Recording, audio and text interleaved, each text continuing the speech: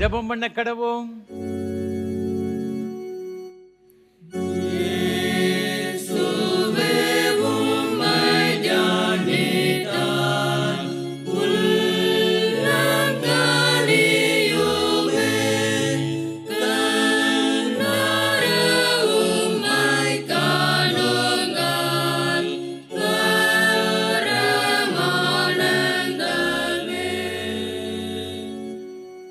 நீ உயிரோடு இருக்கும் நாளெல்லாம் ஒருவனும் உனக்கு முன்பாக எதிர்த்து நிற்பதில்லை. நான் மோசையோடு கூட இருந்தது போல உன்னோடும் இருப்பேன். நான் உன்னை விட்டு விலகுவதும் இல்லை, உன்னை கைவிடுவதும் இல்லை. மகா பரிசுத்தமும் அன்பும் கிருபைகளும் நிறைந்த பரலோக பிதாவே, இந்த ஆசீர்வாதமான மனமகிழ்ச்சி நாளின் காலை திருவிருந்து ஆராதனைக்காக நன்றி செலுத்துகிறோம்.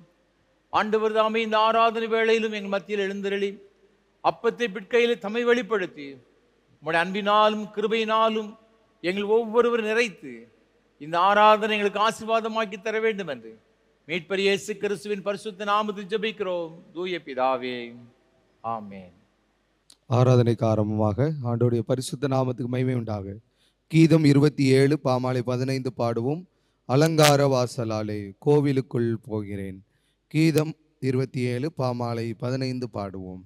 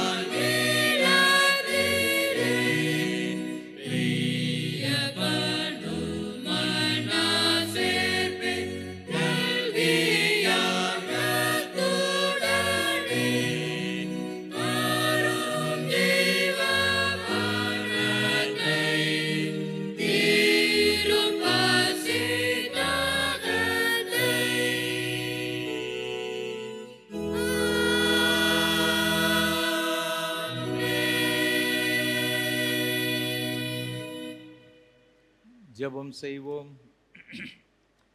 பரமண்டலங்களில் இருக்கிற எங்கள் பிதாவே, உம்முடைய நாமம் பரிசுத்தப்படுவதாக, ராஜ்யம் வருவதாக, உம்முடைய சித்தம் பரமண்டலம் செய்யப்படுவதாக. அந்த பிரதிதாரும் எங்களுக்கு விரோதமாய் நாங்கள் மன்னிக்கிறது போல இருக்க மாட்டோம். எங்கள் சோதனை பிரகத்தையும் ரட்சித்துக் கொள்ளும். ஆமென். எல்லா இருதயங்களையும் எல்லா விருப்பங்களையும் எல்லா ரகசியம் அறிந்திருக்கிற சர்வவல்லமை தேவனே, நாங்கள் தேவரிடத்தில் பரிபூரணமை அன்பு கூறவும் முது பரிசுத்த நாமத்தை உத்தமமாய் மகிமைப்படுத்தவும் எங்கள் கர்த்தராகிய கிறிஸ்து நிமித்தம் முது பரிசுத்தாவின் ஏவுதலால் எங்கள் இருதயத்தின் சிந்தனைகளை சுத்தம் பண்ணியருளோ.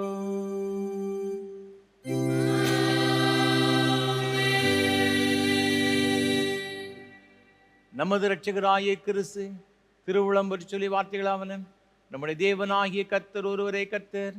உன் தேவனாகிய கர்த்தரிடத்தில் உன் முழு இதயத்தோடும் முழு ஆத்துமாவோடும் உன் முழு மனதோடும் உன் முழு பலத்தோடு அன்பு கோருவாயாக என்பது பிரதான கற்பனை.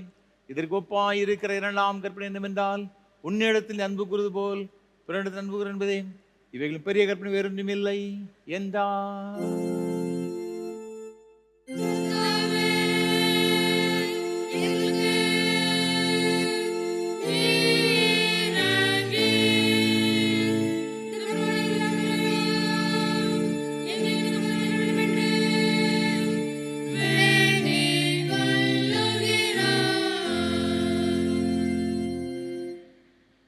ஜெபம் பண்ண கடவோம். திருத்துவ திருநாளுக்கு பின்வரும் 9ஆம் ஞாயிற்குரிய சுருகு ஜெபம். ஆண்டவரே, உம்மாலே அன்றி நன்மையானது ஒன்றையும் செய்ய திராணியற்றவர்களாகிய நாங்கள் உமது சித்தத்தின்படி நடக்க உம்மாலே திராணி உடலாகும்படி செம்மையானவைகளை எப்பொழுதும் சிந்திக்கவும் செய்யவும் தக்க மனதை எங்களுக்கு தந்திரள வேண்டும் என்று எங்கள் ஆண்டவர் இயேசு கிறிஸ்து மூலமாய் வேண்டிக் கொள்கிறோம்.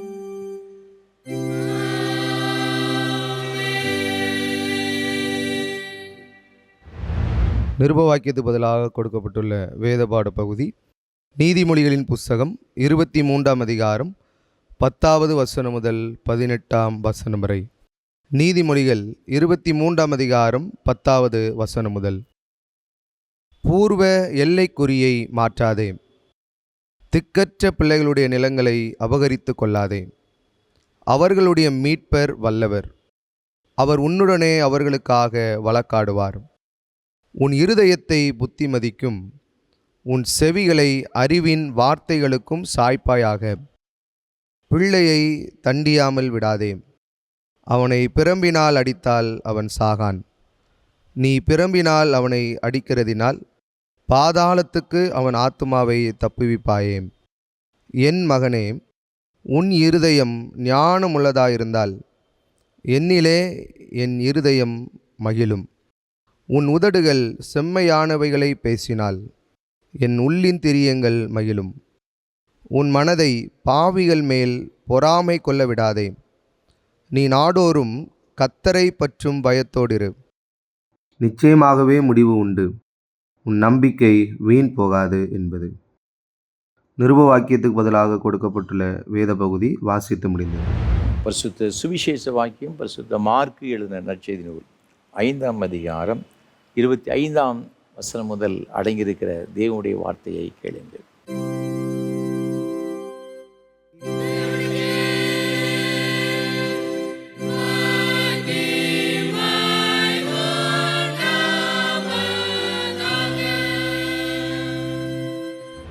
பரிசுத்த மார்க்கு எழுதின சுவிசேஷம் 5ஆம் அதிகாரம் 25ஆம் வசனம் முதல். அப்பொழுது 12 வருஷமாய் பெரும்பாலுள்ள ஒரு ஸ்திரீ அநேக வைத்தியர்களால் மிகவும் வருத்தப்பட்டு தனக்கு உண்டானவைகளெல்லாம் செலவழித்தும் சற்றாயிலும் குணமடையாமல் அதிக வருத்தப்படுகிற பொழுது இயேசுவை குறித்து கேள்விப்பட்டு, நான் அவருடைய வஸ்திரங்களை ஆகிலும் தொட்டால் சொஸ்தமாவேன் என்று சொல்லி ஜனக்கூட்டத்துக்குள்ளே அவருக்கு பின்னாக வந்து அவருடைய வஸ்திரத்தை தொட்டாள். உடனே அவருடைய உதரத்தின் ஊரல் நின்று போயிற்று. அந்த வேதனை நீங்கி ஆரோக்கியம் அடைந்ததை அவள் தன் சரீரத்தில் உணர்ந்தாள். உடனே இயேசு தம்மிலிருந்து வல்லமை புறப்பட்டதை தமக்குள் அறிந்து ஜனக்கூட்டத்துக்குள்ளே திரும்பி, என் வஸ்திரங்களை தொட்டது யார் என்று கேட்டார்.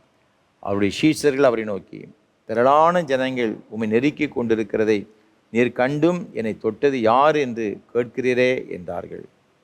இதை செய்தவளை காணும்படிக்கு அவர் சுற்றிலும் பார்த்தார். தன்னிடத்திலே சம்பவித்ததை அறிந்த அந்த ஸ்திரியானவள் பயந்து நடுங்கி அவர் முன்பாக வந்து விழுந்து உண்மையெல்லாம் அவருக்கு சொன்னாள். அவர் அவளை பார்த்து, மகளே, உன் விசுவாசம் உன்னை ரட்சித்தது. நீ சமாதானத்தோടെ போய் உன் வேதனை நீங்கி சுகமாயிரு என்றார் என்பது.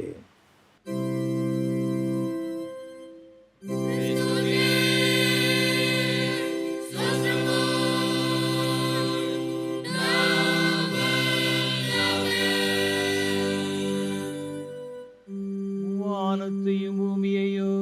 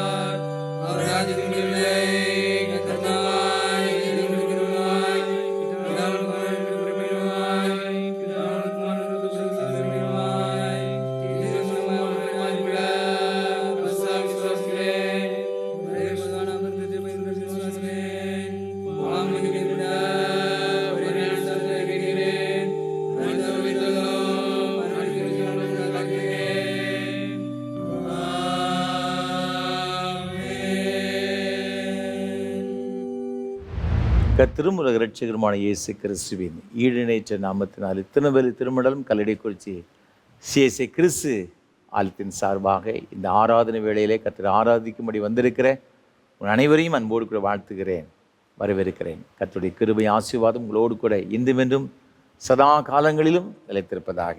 ஒவ்வொரு வாரம் உங்களோடு கூட சேர்ந்து கர்த்தரை ஆராதிப்பதில் மிகுந்த மகிழ்ச்சி அடைகிறேன். கர்த்தரை துதிக்கிறேன், ஆண்டவரை ஸ்தோத்தரிக்கிறேன். இந்த ஆராதனை வேளை நாங்கள் மிகுந்த ஜெபத்தோடும் அதிக பிரயாசத்தோடும் ஒவ்வொரு வாரமும் உங்களுக்கு வழங்கி கொண்டு வருகிறோம். தொடர்ந்து எங்களோடு கூட சேர்ந்து இந்த ஊழியங்கள் செய்து கொண்டு வர ஒவ்வொரு கர்த்தருடைய பிள்ளைகளுக்கு விசேஷமாக ஜெபிக்கும்படியாக அன்புடன் கேட்டுக்கொள்கிறேன். விசேஷமாக இந்த நாளிலும் கூட இந்த ஆராதனை வேளையை நடத்துவதற்கு நல்ல வாய்ப்புகளை நமக்கு தந்து கொண்டு வருகிற நம்முடைய அன்பிற்கும் மரியாதைக்கும் ஒரு அருமையான சாது சுந்தர் செல்வராஜ் ஐயா அவர்களுக்காக உள்ளத்தின் ஆழத்திலிருந்து நான் கர்த்தரை துதிக்கிறேன், ஸ்தோத்தரிக்கிறேன். அதெல்லாரும் இந்த ஆராதனை மூலமாக ஆண்டவருடைய ஆசீர்வாதங்களையும் கர்த்தருடைய கிருபைகளையும் பலனையும் பெற்றுக்கொள்ள வேண்டும் என்ற ஒரு பெரிய வாஞ்சையோடு ஒரு தரிசனத்தோடு கூட சாதை அவர்கள் நமக்கு ஏற்படுத்தி கொடுத்திருக்கிறார்கள். கர்த்தர் தாமே சாதை அவர்களையும் அவர் செய்து கொண்டு வருகிற இந்த ஏஞ்சல் தொலைக்காட்சி ஊழியங்கள் மற்றும் இயேசு ஊழியங்களை அவர் விதமாய் ஆசீர்வதிப்பாராக. நாம் இந்த ஊழியங்களுக்கு ஜெபிப்போம், ஆண்டவருடைய ஆசீர்வாதங்களை பெற்றுக்கொள்வோம். இந்த ஆராதனை வேளையை ஒளிப்பதிவு செய்வதற்கு ஏராளமான தேவைகள் உண்டு.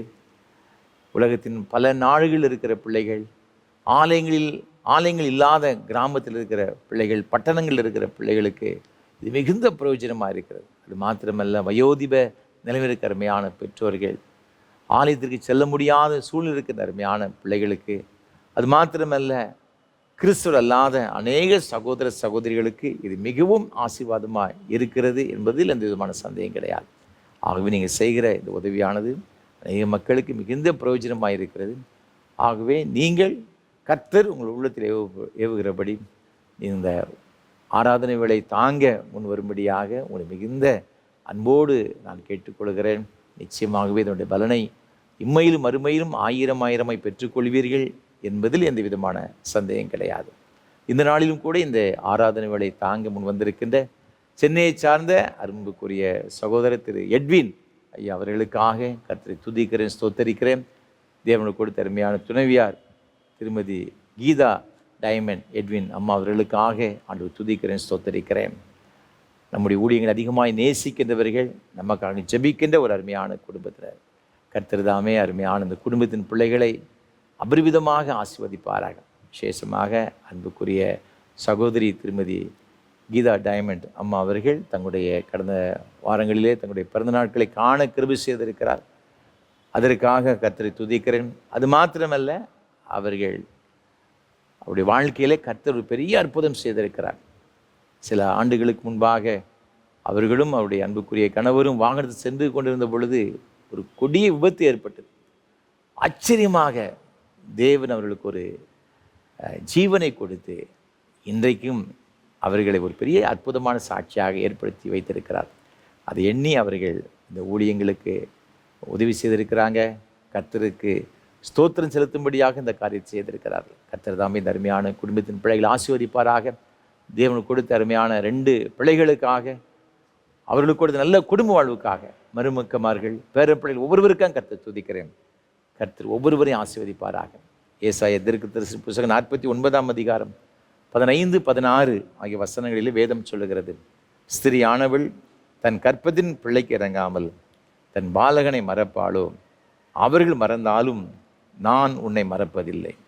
இதோ என் உள்ளங்கைகளில் உன்னை வரைந்திருக்கிறேன், உன் மதில்கள் எப்போதும் என் முன் இருக்கிறது என்ற வார்த்தையின்படி ஆண்டவர் தம்முடைய பிள்ளைகளை ஒரு நாளும் மறவாமல் உள்ளங்கையில் அவர்களை வரைந்து ஆண்டவர் எப்பொழுதும் அவளை பார்த்து கொண்டே இருப்பார். அது மாத்திரமல்ல, அவருடைய பாதுகாப்பு இந்த குடும்பத்தோடு கூட எப்பொழுதும் இருக்கு என்பது சந்தேகம் கிடையாது. தேவ கிருபை தர்மையான பிள்ளைகளோடு கூட எப்பொழுதும் நிலைத்திருப்பதாக. அது மாத்திரமல்ல, கடந்த வாரங்களிலே நாங்களோடு கூட எங்களுடைய சேகரத்துடைய ஒரு கிளை சபையை குறித்து, மணிமுத்தார் அந்த பகுதியை குறித்து உங்களோடு நான் பகிர்ந்து கொண்டேன். உங்கள் சிலர் நீங்கள் உதவி செய்திருக்கிறீங்க, அதற்காக கர்த்தரை துதிக்கிறேன்.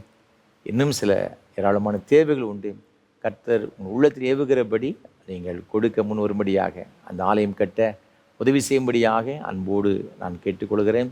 நீங்கள் அதை குறித்து எங்களோடு கூட நீங்கள் தொலைபேசியிலே நீங்கள் தொடர்பு கொள்ளலாம். கர்த்தர் நிச்சயமாகவே கர்த்தர் உங்களை ஆசீர்வதிப்பார் என்பதில் எந்த விதமான சந்தேகம் கிடையாது. தேவ கிருபை நம் அனைவரோடு கூட எப்பொழுதும் நிலைத்திருப்பதாக. ஆமென்.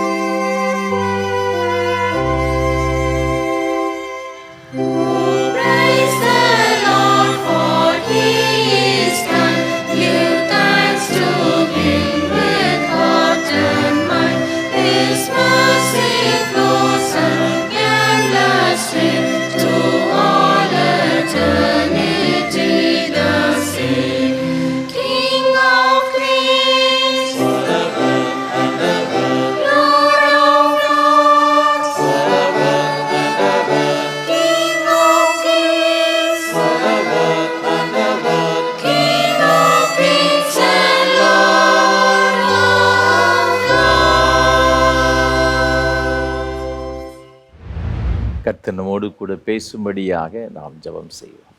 கிருபை நிறைந்த அன்பின் பரலோக பிதாவே, இந்த பரிசுத்தமான ஆராதனை வேளையிலும் உம்முடைய ஜீவ வார்த்தைகளை கேட்க வந்திருக்கிறோம். எங்களோடு கூட பேசும் ஆண்டவரே, இன்றைக்கு நாங்கள் கற்றுக்கொள்ளுகிற உம்முடைய வேத வசனங்கள் எங்கள் ஒவ்வொருவருக்கும் பிரயோஜனமாக இருக்க, ஆசீர்வாதமாக இருக்க, நம்பிக்கையும் விசுவாசத்தையும் எங்களில் பெருகச் செய்ய, அதனுடைய ஆசீர்வாதங்களை சுதந்திரத்துக் கொள்ள கிருபை தாரும். தாழ்த்தி உமது கரத்தில் ஒப்புக் கொடுக்கிறோம். உமது பிள்ளைகளை உம்முடைய சமூகத்தில் அர்ப்பணிக்கின்றோம். ஆசீர்வதியும். இயேசு கிறிஸ்துவின் பரிசுத்த நாமத்தில் ஜெபிக்கிறோம் தூய பிதாவே, ஆமென். கிறிஸ்துவுக்குள் மிகவும் பிரியமானவர்களே, ஆண்டவர் இயேசு கிறிஸ்துவின் ஈடநேற்ற நாமத்தினாலே அனைவரையும் மீண்டும் அன்போடு கூட வாழ்த்துகிறேன். கர்த்தருடைய கிருபையும் ஆசீர்வாதம் உங்களோடு கூட எப்பொழுதும் நிலைத்திருப்பதாக. இந்த நாளிலும் கூட நம்ம எல்லாருக்கும் ஆசீர்வாதமாக இருக்கும்படியாக தெரிந்து கொண்ட வேத வசனம், நாம் நிருப வாக்கியத்திற்கு பதிலாக வாசிக்க கேட்ட வேத பகுதியாகிய நீதிமொழியின் புஸ்தகம் 23ஆம் அதிகாரம் 18ஆம் வசனம். நிச்சயமாகவே முடிவு உண்டு, உன் நம்பிக்கை வீண் போகாது. நிச்சயமாகவே முடிவு உண்டு, உன் நம்பிக்கை வீண் போகாது. அநேக வேளைகளிலே நம்முடைய வாழ்க்கையிலே நாம் கடந்து வருகின்ற இந்த பாதையில் சில கடினமான சூழ்நிலையை நாம் சந்திக்க வேண்டிய ஒரு நிலைமை இருக்கின்றது. நாம் செய்கின்ற பிரயாசங்களிலே தோல்வியை காணும் பொழுது நாம் எவ்வளவோ எஃபர்ட் எடுத்து பார்க்கிறோம், அது நம்ம கைகூடி வரவில்லை.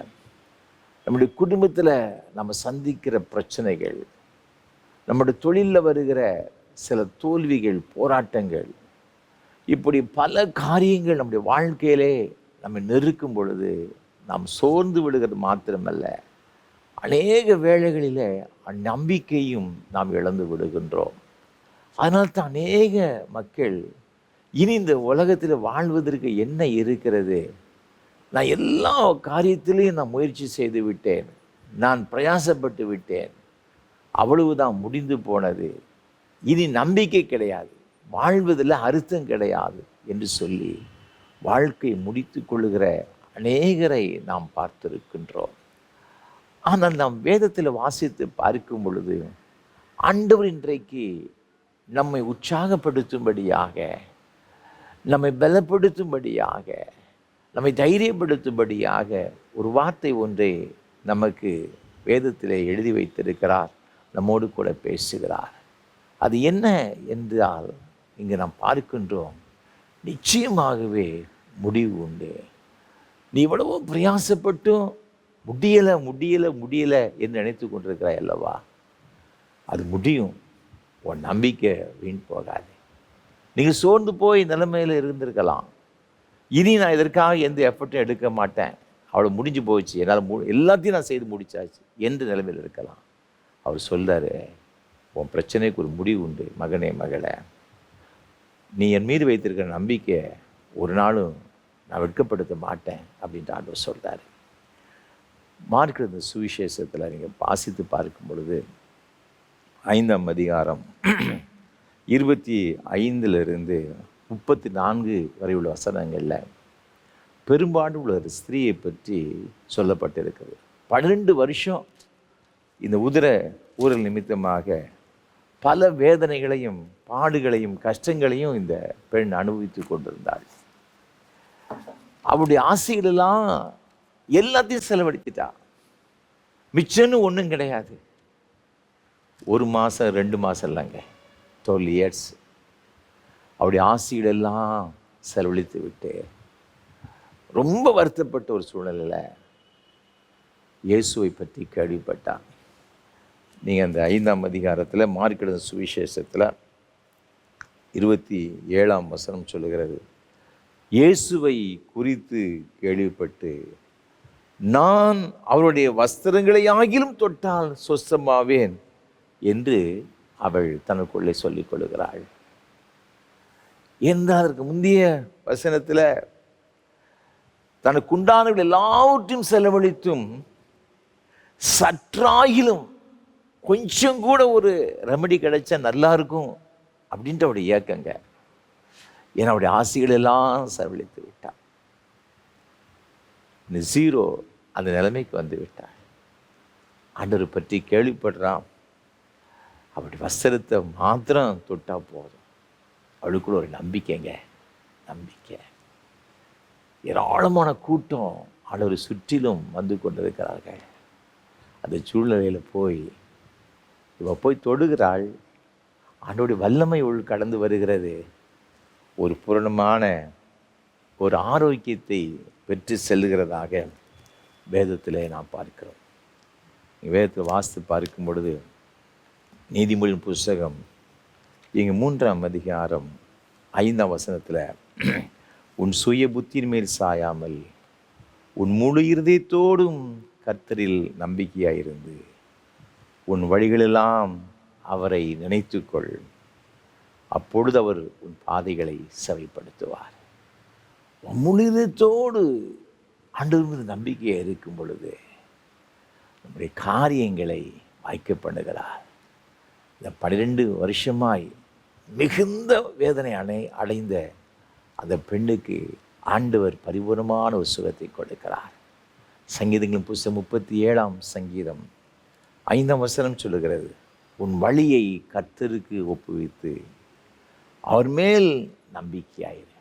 ஆண்டவர் நமக்கு கற்றுக் கொடுக்கிற ஒரு பாடம் என்ன அப்படின்னு பார்த்தீங்கன்னா, ஆண்டவர் மீது நம்பிக்கையாயிருங்க.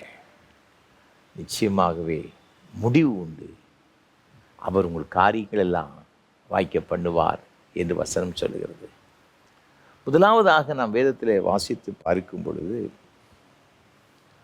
ஆண்டவர் மீது வைத்த நம்பிக்கையினால் வாழ்வை இழந்து போன ஒரு நிலைமையில் இருக்கின்ற பிள்ளைகளுக்கு வாழ்வு கொடுக்கிற தேவனாக இருக்கின்றார். வாழ்வு கொடுக்கும் நம்பிக்கை. ரூத்தின் புஸ்தகம் 1ஆம் அதிகாரம் 18ஆம் வசனத்தை நான் வாசித்து பார்க்கும் பொழுது, ரூத் தன்னோடு கூட வர மன உறுதியாக இருக்கிறதை கண்டு அப்புறம் அதை குறித்து அவளோட ஒன்றும் பேசவில்லை. இந்த நகோமி ரூத்தை குறித்து இங்கு சொல்லப்பட்டிருக்கிறது. நகோமி சொல்லுகிறாள், ரூத் தன்னோடு கூட வருவதில் மன உறுதியாய் இருந்தாள் என்று சொல்லப்பட்டிருக்கிறது. இந்த நகோமிக்கு சொந்த ஊர் பெத்லகேம். அங்கு ஒரு பெரிய பஞ்சம் வந்து விட்டது. ஆகவே மோவாப் தேசத்திற்கு போய் பிழைக்கும்படியாக சென்றவள் அங்கே ஒரு 10 வருஷம் இருந்துட்டாள். நகோமி அவருடைய கணவர் எலிமெலேக்கு, அவனுடைய 2 பிள்ளைகள் மக்லோன் கிலியோன், இவங்க 4 பேர் அங்கே போயிருக்கிறாங்க. பிள்ளைகள் வளர்ந்து விட்டார்கள். அவர்களுக்கு திருமணம் அந்த மோவாபிய ஸ்திரீகளை செய்து வைக்கின்றாள். இந்த 2 பேரும் மகன்கள் 2 பேரும் மரித்து போகிறாங்க. மருமக்கமார் 2 பேர் இருக்கிறாங்க, ஓர்பால், ரூத். இந்த நகோமியினுடைய வாழ்க்கையில் என்ன ஒரு பிரச்சனைனா, பெத்லகேமில் அங்கு பஞ்சம். அந்த பஞ்சத்துக்கு தப்பும்படி மோவாப் தேசத்துக்கு வந்தால் அங்கே அவருடைய கணவன் மரித்து போனான். கல்யாணம் முடித்து வச்ச 2 பையங்களும் பிள்ளைகளும் ஆண் மக்களும் மரித்து போனாங்க. சரி, குழந்தையாவது இருக்குமா அப்படின்னு பார்த்தீங்கன்னா அந்த 2 பேருக்கும் குழந்தை கிடையாது. ஒரு வேதனை நிறைந்த ஒரு வாழ்க்கை அவருடைய வாழ்க்கை. அவள் சொல்லுகிறாள் 21ஆம் வசனத்தில், ரூத் 1ஆம் அதிகாரம் 21ஆம் வசனத்தில், ஒரு காலத்தில் நான் நிறைவுள்ளவளாக இருந்தேன், அப்படித்தாயா இந்த மோவாப் தேசத்துக்கு வந்தேன், ஆனால் இப்பொழுது என்னை பெருமையாக ஆண்டவர் மாற்றி விட்டார். சர்வ வல்லவர் என்னை சிறுமைப்படுத்தி விட்டார். என் வாழ்க்கை கசப்பு நிறைந்த ஒரு வாழ்க்கையாக மாறி போனது என்று அவள் சொல்லுகின்றாள்.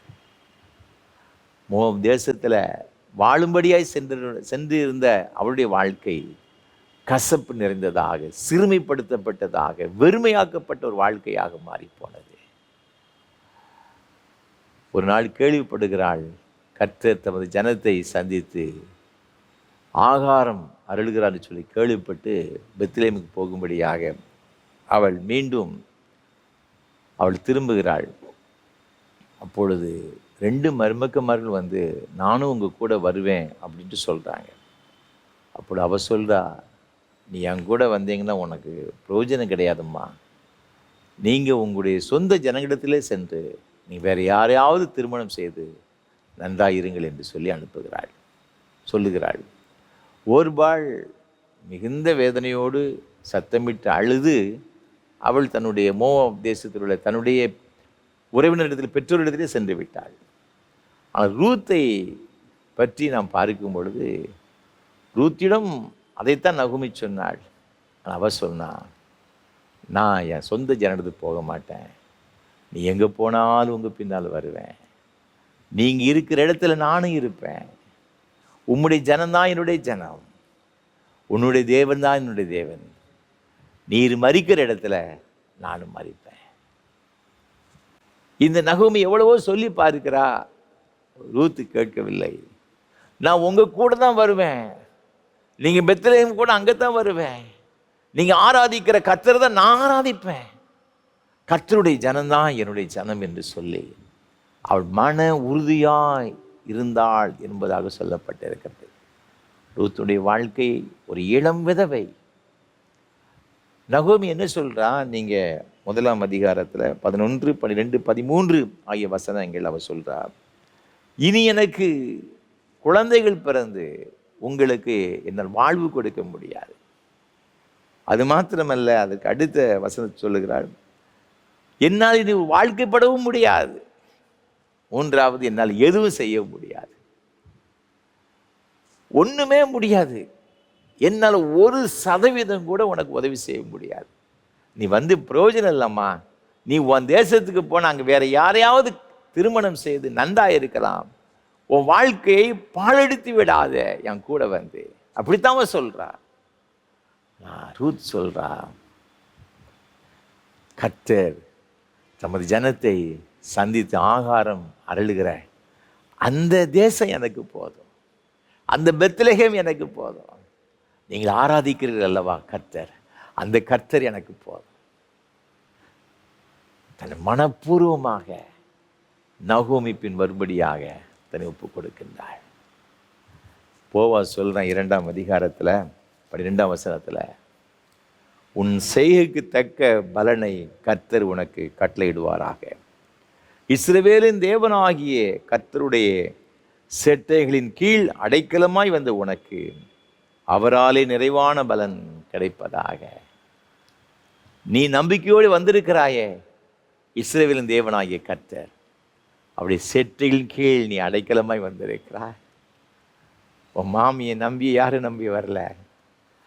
கர்த்தர் தமது ஜனத்தை சந்தித்து ஆகாரத்தை கொடுக்கிற, போஷிக்கிற அவருடைய செட்டைகளின் கீழ் அடைக்கலமாய் வந்திருக்கிற அவரால் உனக்கு நிறைவான பலன் கிடைக்கும். அன்பானவர்களே, இந்த ரூத்துக்கு எதிர்காலத்தை பற்றி எதுவும் தெரியாது. அவள் இருக்கிற நிலைமையை பார்த்தா அவளுக்கு வாழ்வே கிடையாது, முடிஞ்சு போச்சு. ஆனாலும் கூட அவ சொல்றா, உங்க ஆண்டவர் உன் கர்த்தர் தான் என் கர்த்தர், நான் வருவேன். அந்த அவளுக்கு போவாஸ் மூலமாக கர்த்தர் அவளுக்கு கொடுக்கிற ஒரு வாக்கு, இஸ்ரவேலின் தேவனாகிய அவருடைய செட்டைகளின் கீழ் அடைக்கலமாய் வந்திருக்கிறாய். அப்படி முடிவை நம்ம பார்க்கும் பொழுது அந்த போவாஸ் இவளை திருமணம் செய்து கொள்ளுகின்றான். கர்த்தர் அவர்களை ஆசீர்வதிக்கின்றார். அருமையான ஒரு குழந்தையை கொடுக்கின்றார், ஓபேத். அவர்களுக்கு ஒரு குழந்தை பிறக்கின்றது, ஈசாய். அந்த ஈசாயுடைய குழந்தையில ஒருவன் தான், கடைசியாக பிறந்தவன் தான் தாவீது. சமஸ்த இஸ்ரவேலுக்கும் ஒரு சிறந்த ஒரு ராஜா, என்னுடைய தாசன், என் இருதயத்திற்கு ஏற்றவன் என்ற ஆண்டவரால் சான்றிதழ் பெற்ற ஒரு சிறந்த ஒரு ராஜா தாவீது. அன்பான ஆண்டவருடைய பிள்ளைகளே, இத்தனை பெரிய ஒரு உன்னதமான ஒரு தாவீது ராஜாவை பெற்றெடுக்கின்ற ஒரு வம்சத்தில் அப்படிப்பட்ட ஒரு பெரிய பாக்கியத்தை பெற்றதுக்கு ஒரு பெரிய காரணம் என்னன்னு பார்த்தீங்கன்னா, ரூத் அவள் ஆண்டவர் மீது வைத்த ஒரு நம்பிக்கை. கர்த்தர் உம்முடைய தேவனாய் கர்த்தர் தான் என்னுடைய கர்த்தர், நீர் ஆராதிக்கும் தேவன் தான் என் தேவன், உன் ஜனங்கள் தான் என் ஜனங்கள். கர்த்தரை ஆராதிக்கிற ஜனங்களோடு கூட அந்த கர்த்தரை தன்னுடைய வாழ்க்கையில தெய்வமாக அவள் ஏற்றுக்கொண்டு ஆண்டவருடைய செற்றினுக்குள் வந்தாள். ஆண்டவர் அவள் வெட்கப்படுத்தலை. தேவன் அவளை ஆசீர்வதித்தார். முடிந்து போனது என்று நகோமி சொன்னார்.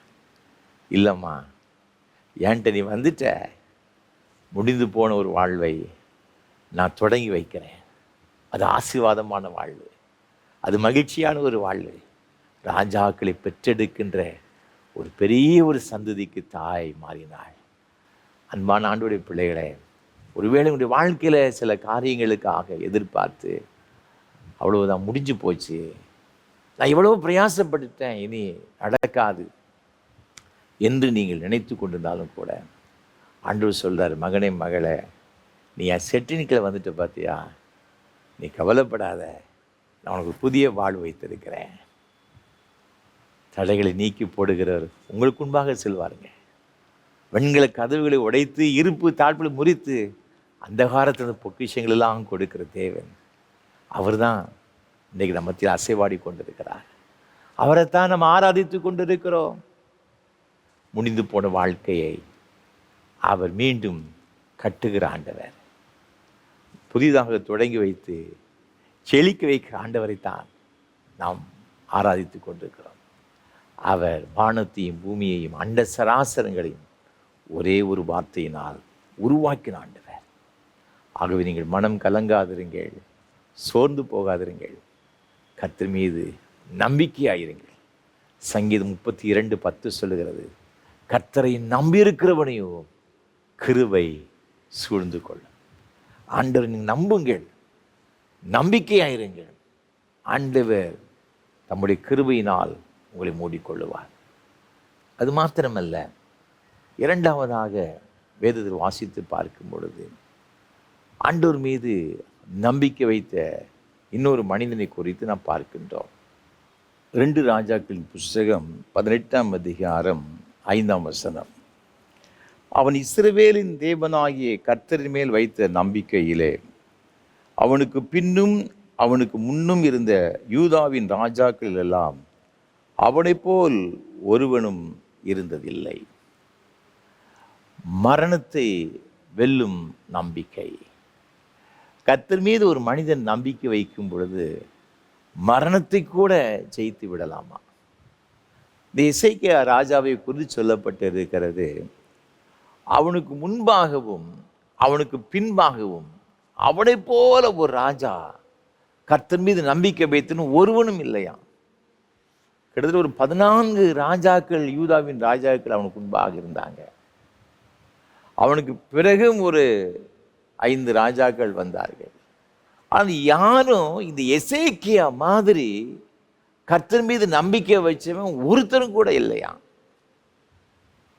அவருடைய வாழ்க்கையில் பல சோதனைகள் வந்துச்சுங்க. அசீரியருடைய படையெடுப்பு வந்துச்சு. அவன் சொன்னான், உன் தேசத்தை முழுவதும் காலி பண்ணிடுவேன். நான் எத்தனையோ நாடுகளுக்கு சென்ற எந்த ஒரு நாட்டின் தெய்வமும் என் கரத்திலிருந்து அந்த தேசத்தின் ஜனங்களை காப்பாற்றவில்லை. உன்னுடைய ஜனங்களும் உன்னுடைய தெய்வமும் அப்படிப்பட்ட தெய்வம்தான் என்று சொல்லி இந்த யூத மக்களுக்கு விளங்கும்படியாக யூத பாஷையில பேசினாங்க. எசேக்கியா ராஜா ஸ்தானாதிபதிகளை அனுப்பினான், நீ அப்படி பேசாதீங்கப்பா, எங்களுக்கு சீரிய பாஷை தெரியும் அப்படிலாம் சொல்லி பார்த்தா. நான் உங்ககிட்ட பேசவில்லை, இந்த ஜனத்தினுடைய இருதயத்தை அப்படியே நினைச்சதுன்னா அவன் கரையை பண்ணினான். எசேக்கியா ராஜா தான் மாத்திரம் கர்த்தர் மீது நம்பிக்கை வைக்கல, தேசத்தினுடைய எல்லா ஜனங்களையுமே கர்த்தர் மீது நினைச்சதாங்கன்னா நம்பிக்கை வைக்க செய்தான். அவன் எவ்வளோ பெரிய ஒரு சிறந்த ஒரு ராஜா பாருங்க. யோபுவின் புஸ்தகத்தில் வாசித்து பார்க்கும் பொழுது யோபுக்கு வருகின்ற அந்த துன்பங்களுக்கு மத்தியில் அவன் மனைவி சொல்லுகின்றாள். யோபுவின் புஸ்தகம் நீங்கள் 1ஆம் அதிகாரத்தில் 2ஆம் அதிகாரத்தில் நாம் பார்க்கும் பொழுது 9ஆம் வசனத்தில் அவள் சொல்லுகிறாள், நீர் இன்னும் உம்முடைய உத்தமத்தில் உறுதியாய் நிற்கிறீரோ, தேவனை தூஷித்து ஜீவனை விடும். அவன் மனைவி சொல்றா, அவளால் இவன் படுகிற வேதனையை பார்க்க முடியவில்லை. ஒவ்வொரு நாளும் மரண வேதனை, கொடிய வேதனைப்பட்டு கொண்டிருக்கிறான் யோபு. ஏன் உயிரோடு கூட இருக்கிறார்? இவ்வளவு வேதனை அனுபவித்துக் கொண்டிருக்கிறாய். யோபு தன் சரீரத்தில் மாத்திரம் வேதனையை அனுபவித்துக் கொண்டிருக்கிறான். யோபுடைய மனைவிக்கு என்ன பிரச்சனை?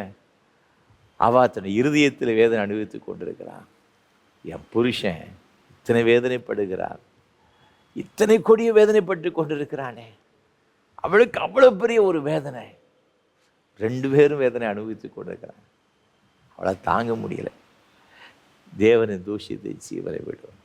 அவன் சொல்றான் 13ஆம் அதிகாரத்தில் 15ஆம் வசனத்தில், அவர் என்னை கொன்று போட்டாலும் அவர் மேல் நம்பிக்கையாக இருப்பேன். ஆண்டவரே என்னை கொன்று போட்டாலும் கூட சரி, கர்த்தர் மீது நம்பிக்கையாக இருப்பேன். எனக்கு வாழ்க்கை இல்லாவிட்டால் கூட பரவாயில்ல, என்னை அழைத்த கர்த்தர், இம்மட்டு நடத்தின ஆண்டவர், 10 பிள்ளைகளையும் கொடுத்து இத்தனை பெரிய ஆசிகளை கொடுத்த ஆண்டவரை நான் ஒரு நாளும் மறுதலிக்க மாட்டேன். அவர் மீது நான் நம்பிக்கையாக இருப்பேன். நேருடைய வாழ்க்கையில் சில போராட்டங்கள், சில பிரச்சனைகள் வரும் பொழுது கர்த்தரை மறந்து விடுகிறோம், கர்த்தரை விட்டு தூரமாய் சென்று விடுகிறோம். என்ன ஆண்டவரே, ஏன் வாழ்க்கையில் இவ்வளவு பெரிய போராட்டம், பிரச்சனைகள்?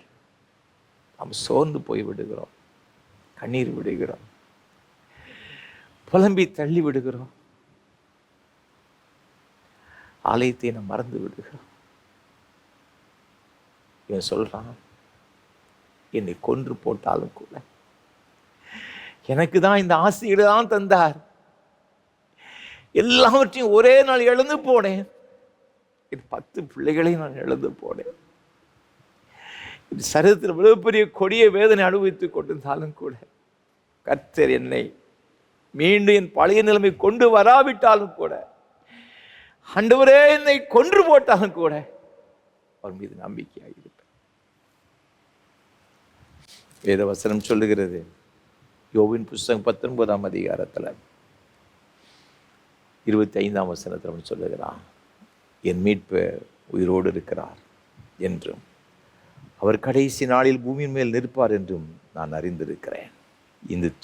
இந்த என் தோல் முதலானவை அழுகி போன பின்பு நான் என் மாம்சத்தில் இருந்து தேவனை பார்ப்பேன், அவரை நானே பார்ப்பேன், அந்நிய கண்கள் அல்ல, என் கண்களே அவரை காணும். அவனுக்கு நம்பிக்கை, செத்தாலும் பரவாயில்ல, தோல் அழுகி போனாலும் கூட பரவாயில்ல, என் ஆண்டவர் உயிரோடு கூட இருக்கிறார் ஐயா, கடைசி நான் அவரை பார்ப்பேன். இவ்வளவு பெரிய நம்பிக்கை வச்ச யோபு ஆண்டவர் வெட்கப்படுத்தினாரா? ஆண்டவர் வெட்கப்படுத்தலைங்க. அவரை செய்யக்கூட அதிசயமான காரியம் ஒன்றும் கிடையாது. யோபுடைய முன்னிலைமையை பார்க்கிலும் பின்னிலைமையை 2 மடங்காக ஆசீர்வதித்தார். இன்றைக்கும் யோபு பற்றி நாம் சிந்தித்து கொண்டிருக்கிறோம். வாழ்க்கையின் முடிவுக்கு போன அவருடைய நிலைமை தேவன் ஆச்சரியமாக அவனை உயர்த்துகிறதாக பார்க்கிறோம். எசேக்கியா ராஜாவுடைய வாழ்க்கையில் பார்க்கிறோம், கதறுகிறார், ஆண்டவர் ரட்சிக்க வந்தார். அவர் சொன்னார், விண்ணப்பத்தை கேட்டேன், உன் கண்ணீரை கண்டேன், உன் ஆயுசு நாட்களை நான் பெருகப்படேன். 15 ஆண்டுகள் கூட்டி கொடுத்தார். அன்பானவர்களே, உங்களுடைய வாழ்க்கையில் நீங்கள் நம்பிக்கை இழந்து போனீர்களோ, கலங்காதிருங்கள். நீங்களும் நான் ஆராதிக்கிற ஆண்டவர் சர்வ வல்லமுள்ள ஆண்டவர் நம்ம ஒரு நாள் வெட்கப்படுத்த மாட்டாருங்க. உலகத்தின் மக்கள் சொல்லலாம், இவங்க கதை அவ்வளோதான், முடிஞ்சு போச்சு, இனி இவங்களால் எழும்ப முடியாது அப்படின்னு சொல்லலாம். கர்த்தர் சொல்றாரு, நான் அவனை தூக்கி விடுவேன். எளியவனை அவர் புழுதியிலிருந்து, குப்பையிலிருந்து தூக்கி விடுகிற கர்த்தருங்க நம்ம ஆண்டவரே. ஆகவே நீங்கள் மனம் கலங்காதிருங்கள், சோர்ந்து போகாதிருங்கள். கர்த்தர் உங்களை ஒரு நாளும் வெட்கப்படுத்தவே மாட்டார், வெட்கப்படுத்தவே மாட்டார். இந்த ஆராதனை வேளை தாங்கி கொண்டு வருகிற தர்மையான குடும்பத்தினார் அன்புக்குரிய சகோதரர் எட்வின் அவர்கள் என்னோடு கூட அவர்கள் பேசும்பொழுது சொன்னார்கள், ஐயா, 16 ஆண்டுகளுக்கு முன்பாக நானும் என்னுடைய மனைவியும் வாகனத்தில் சென்று கொண்டிருக்கும் பொழுது ஒரு பெரிய வாகனம் எங்களை இடித்து தள்ளியது. அவ்வளவுதான், முடிந்து போனது என்று நினைத்து கொண்டிருந்த வேளையில் ஆண்டவர் ஆச்சரியமாக என்னை காப்பாற்றினார் ஐயா. இன்றைக்கு நாங்கள் 2 பேரும் உயிரோடு கூட இருக்கிறதுன்னு சொன்னால் அது என்னுடைய சொந்த பலத்தினாலோ திறமையினால் அல்ல, அவருடைய பெரிய கிருபை, அவர் மீது வைத்த நம்பிக்கை தான் எங்களை காப்பாற்றியது. என் மனைவிக்கு இந்த இடுப்புக்கு கீழ் உள்ள பகுதியிலே எலும்புகள் நொறுங்கி விட்டது, நடக்க முடியாத சூழ்நிலை, கண் இமைகளில் உள்ள எலும்புகள் நொறுங்கி போனது. அவ்வளோ பெரிய கொடிய விபத்து, தப்பித்ததே பெரிய காரியம்தான். மருத்துவமனையில் பல மாதங்கள் சிகிச்சை பெற்றோம், நடக்க முடியாது அந்த ஒரு சூழலை தான். ஆனாலும் என் ஆண்டவரை கர்த்தர் எங்களை வெட்கப்படுத்தலையா, ஆச்சரியமாக ஆண்டவர் எனக்கு நடக்க வைத்திருக்கிறார். என்னுடைய 2 பிள்ளைகளுக்கும் திருமணத்தை நடத்தி முன்னின்று திருமணத்தை நடத்தும்படியான ஒரு பெரிய பலனை தேவன் கொடுத்தார். கர்த்தருக்கு ஸ்தோத்திரம். அதை எண்ணித்தான் இன்றைக்கு இந்த ஆராதனை வேளை நான் தாங்குகிறேன் என்று சொன்னார்கள்.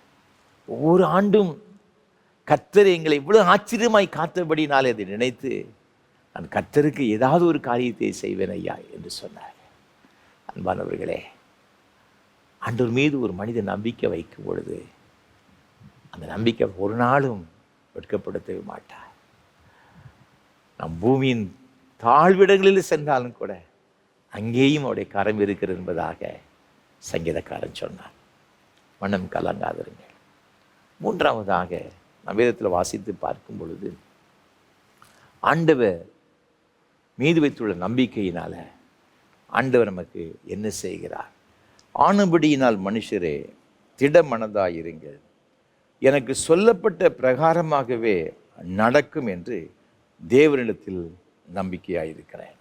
இந்த பவுல் அப்போஸ்தலனுடைய இந்த கடைசி இந்த பிரயாணத்தை குறித்து நாம் பார்க்கின்றோம். ரோம் நகருக்கு அவர் பிரயாணப்பட்டு சிலர் சிறை கைதியாக செல்கின்றார். கப்பலில் கிட்டத்தட்ட 276 பேர் இருக்கின்றார்கள். பவுல் முதலே சொன்னா ரொம்ப காற்று அடிக்கிறது, ஆகவே நாம் பிரயாணப்பட வேண்டாம், இங்கு ஒரு இடத்துல இருப்போம் என்று சொல்லி அவன் முதலாவதாக சொன்னதாக நாம் அப்போஸ்தலர் 27ஆம் அதிகாரத்தில் 8, 9 ஆகிய வசனங்களிலே, அதை தொடர்ந்து உள்ள வசனங்களிலே சொல்லியிருக்கிறதாக நாம் பார்க்கிறோம். ஆனால் 100க்கு அதிபதி என்ன செய்தாங்க அப்படின்னு பார்த்தீங்கன்னா, பவுல் சொன்னதை கேட்பதற்கு பதிலாக கப்பல் மாலுமி சொன்னதை கேட்டு திருப்பி பிரயாணப்படுகிறார்கள். அதனால் என்ன நடந்ததுன்னு பார்த்தீங்கன்னா, ஒரு பெரிய ஒரு காற்று ஒன்று அடித்தது. யூரோக்லி தான் சொல்லப்பட்ட ஒரு காற்று. அதில் இந்த கப்பல் பயங்கரமான சேதம் அடைந்தது. அது தன்னுடைய பாதையை தவற விட்டு விட்டது. கிட்டத்தட்ட 14 நாட்களாக இந்த பயங்கரமான இந்த புயலின் நிமித்தமே, காற்று நிமித்தமாக நடுக்கடலிலே சிக்கி தவித்து கொண்டிருந்தார்கள். நட்சத்திரங்களை பார்க்க முடியவில்லை, சூரியனை காண முடியவில்லை. குற்றுயிரும் கொலையுமாக கிடக்கின்றார்கள் இவர்கள். பவுல் தேவ சமூகத்தில் நிச்சயமாக ஜெபம் பண்ணியிருப்பா. ஆண்டவனோடு கூட பேசினார். 24ஆம் வசனத்தில், பவுலே பயப்படாதே, நீ ராயனுக்கு முன்பாக நிற்க வேண்டும், இதோ உன்னுடனே கூட யாத்திரை பண்ணுகிற யாவரையும் தேவன் உனக்கு தயவு பண்ணினார் சொன்னார். பவுலே, உனக்குன்னு ஒரு ஊழியன் இருக்குப்பா, நீ ராயனுக்கு முன்பாக இருக்கணும். ஆகவே உன் கூட யாத்திரை பண்ணுகிறாள் அல்லவா, இவர் அவ்வளவு பேருக்கும் உன் நிமித்து தயவுப்படுகிறேன். யாருக்கு நம்பிக்கை கிடையாது, செத்து போவன்னு நினைச்சாங்க, நடுக்கடல்ல கிடக்கிறாங்க. ஆனால் ஆச்சரியமாக ஆண்டவர் இவரை காப்பாற்றுகிறார். யாருக்குமே ஆண்டவர் மீது இந்த வார்த்தையில் நம்பிக்கை வைக்கலாமா? ஆனால் இவன் சொல்கிறான், பவுல், ஆண்டவர் சொன்ன இந்த வார்த்தையின் மீது நான் நம்பிக்கையாக இருக்கிறேன், நிச்சயமாகவே ஆண்டவர் நம்மை காப்பாற்றுவார். அதே போல தேவன் ஆச்சரியமாக இவர்களை காப்பாற்றினதாக வேதத்திலே பார்க்கின்றோம். அன்பான ஆண்டவருடைய பிள்ளைகளே, கர்த்தருடைய வார்த்தை மீது, ஆண்டவர் மீது நம்பிக்கை வைக்கும் பொழுது இவங்க நினைச்சாங்க நடுக்கடலில் நம்ம மடிஞ்சு போவோம், செத்து போவோம் அப்படிதான் நினைச்சாங்க. அந்த சூழலை அப்படித்தான் இருந்துச்சு. பயங்கரமான குளிர், காற்று, அப்படிப்பட்ட சூழலையில் அதை எல்லாவற்றையும் தேவன் மாற்றி அதை மெலித்தா தீவுக்கு இவர்கள் வந்து கரையேறுகிறதாக நாம் பார்க்கிறோம். எஸ்தர் ராஜாத்தினுடைய காலத்தில் யூதருக்கு பயங்கரமான ஒரு போராட்டம். எஸ்தரின் புஸ்தகம் 3ஆம் அதிகாரத்தில் நீங்கள் பார்க்கும் பொழுது, ஆதார் மாதமான 12ஆம் மாதத்தில் யூதர்கள் எல்லாம் கொல்லும்படிய சட்டம் இயற்றப்பட்டது. ஆனால் 30 நாள் வரைக்கும் ராஜாவிட்ட போய் யாரும் எஸ்தர் போய் எந்த விதமான காரியத்தையும் சொல்ல முடிய ஒரு சூழலை. தேவ சமூகத்தில் கண்ணீரோடு கூட ஜெபம் பண்றார், புசியாமல் கூடியாமல். நீங்கள் வேதத்தில் வாசித்து பார்க்கும் பொழுது அங்கு எஸ்தர் ராஜா சமூகத்திற்கு செல்லுகின்றாள். 4ஆம் அதிகாரம் 11ஆம் வசனத்தில் அது தொடர்ந்து பார்க்கும் பொழுது இவளுக்காக பொற்செங்கோல் நீட்டப்படுகிறது. தேசத்தில் யூதர்களை அழிக்கும்படியாக இருந்தது சட்டம் மாற்றப்படுவதை பார்க்கிறோம். காரியம் மாறுதலாய் முடிந்தது என்று வசனம் சொல்லுகிறது. சூழ்நிலைகளை பார்க்கும் பொழுது யூதர்களை அழிக்கவும் கொல்லவும் சங்காரம் பண்ணவும் தான் சட்டம். ஆனா இந்த எஸ்தர் கர்த்தர் மீது வைத்த நம்பிக்கையில 3 நாள் ஜெபம் பண்ணிட்டு போறா. சூழ்நிலைகள் மாற்றப்படுவது நேர் மாதிரி எதிர்மாறாக மாறிவிடுகிறது. யூதர்கள் தங்களுடைய பகைஞர்களை அழிக்கவும் கொல்லும்படியான சட்டங்கள் மாற்றி எழுதப்படுகிறதை நாம் பார்க்கிறோம். கர்த்தர் மீது நம்பிக்கை வைக்கும் பொழுது, அவருடைய வார்த்தையின் மீது நம்பிக்கை வைக்கும் பொழுது, உறுதியாக நாம் ஜெபத்தில் நம்பிக்கை வைக்கும் பொழுது கர்த்தர் அற்புதமான காரியங்கள் செய்கிறார். 1558ஆம் ஆண்டில் இங்கிலாந்து தேசத்தின் ராணியாக இருந்த 1ஆம் எலிசபெத் அவருடைய ஆட்சியை அகற்ற வேண்டும், அவர்களை தூக்கி எறிய வேண்டும் என்று சொல்லி ஸ்பெயின் தேசத்தினுடைய அரசர் 130 கப்பல்களோடு கூட இங்கிலாந்து தேசத்தை நோக்கி படையெடுத்து வருகிறார். இந்த ஆங்கிலேய கால்வாய் என்று சொல்லப்பட்ட ஒரு கால்வாய் உண்டு. அதன் வழியாகத்தான் இங்கிலாந்துக்குள் வந்து யுத்தம் பண்ண வேண்டும். இவரிடத்தில் இருப்பது கொஞ்சம் கப்பல்கள் தான். அவங்க 8000க்கும் அதிகமான போர் வீரர்கள் வருகிறாங்க. அது மாத்திரமல்ல, திறமையுள்ள மற்றும் 13,000 பேர் வர ஆயிரக்கணக்கான பேர் வருகிறார். மொத்தம் 20,000க்கும் அதிகமான மக்கள் வருகிறார்கள். இந்த யுத்த வீரர்கள் வருகிறார்கள். இங்கிலாந்து தேசத்தை ஒன்று இல்லைன்னு என்று பார்க்க வேண்டும் என்று சொல்லி எலிசபெத் ராணி என்ன செய்தாங்க தெரியுமா? அவர்களிடம் போதுமான படைபலம் கிடையாது. தேசத்தில் எல்லா போதகர்களுக்கும் ஒரு மெசேஜ் அனுப்புனாங்க. எல்லா சபையாருக்கும் சொல்லுங்க, அது ஒரு கிறிஸ்தவ நாடு, தேவ சமூகத்தில் ஜெபம் பண்ணுவோம், கர்த்தர் இந்த இக்கட்டான சூழலில் நம்மை காப்பாற்றுவார்னு சொல்லி ஆலயத்தில் மணியடிக்கப்பட்டு சபை மக்கள் போதகர்கள் எல்லாரும் உருக்கமாக ஜெபம் பண்ணினார்கள். நடந்தது என்ன தெரியுமா? அவங்க கப்பல்களில் இந்த ஆங்கிலேய கால்வாய்கள் வழியாக உள்ளே வருகிறார்கள். கர்த்தர் பயங்கரமான ஒரு பெருங்காற்று ஒன்று வீசப்படினாராம். 80க்கு அதிகமான கப்பல்கள் உடைந்து போனது. பார்த்தாங்க, இது வித்தியாசமாக இருக்கிற சொல்லி, இனி இங்கே இருந்தால் நாம் பிழைக்க முடியாதுன்னு சொல்லி இருக்கிற கப்பல்களையாவது நான் காப்பாற்ற வேண்டும் என்று சொல்லி மீதமுள்ள கப்பல்களை அப்படியே பின்னால் அப்படியே தன்னுடைய தேசத்துக்கு அப்படியே கொண்டு சென்று விட்டார்களாம். அதுலேயும் ஏராளமான நஷ்டங்கள் அவர்களுக்கு. ஒரு பெரிய வெற்றியை இது இங்கிலாந்து தேசத்துக்கு கர்த்தர் கொடுத்தார். அந்த 1ஆம் எலிசபெத் அம்மா சொல்கிறாங்க, இது என்னால் உண்டானதல்ல, கர்த்தரே இந்த யுத்தத்தை நடத்தினார். ஒரு பெரிய ஒரு நாணயம் ஒன்று வெளியிட்டார்களாம். அதில் அவங்க சொல்கிறாங்க, God blew and they were scattered. ஒரு ஆண்டவர் ஊதினார், ஜனங்கள் சிதறடிக்கப்பட்டார்கள். இந்த வாசகத்தை அடங்கிய ஒரு வேத வசனத்தை அடங்கிய இந்த ஒரு நாணயத்தை நினைச்சுதாங்க வெளியிட்டார்களா. அன்பானவர்களே, கர்த்தர் நமக்காக யுத்தம் பண்ணுகிறவர், சூழ்நிலைகளை மாற்றுகிறவர். இங்கிலாந்து தேசத்தால் ஸ்பெயின் படை வீரர்களை எதிர்க்க முடியாத ஒரு சூழ்நிலை தான்.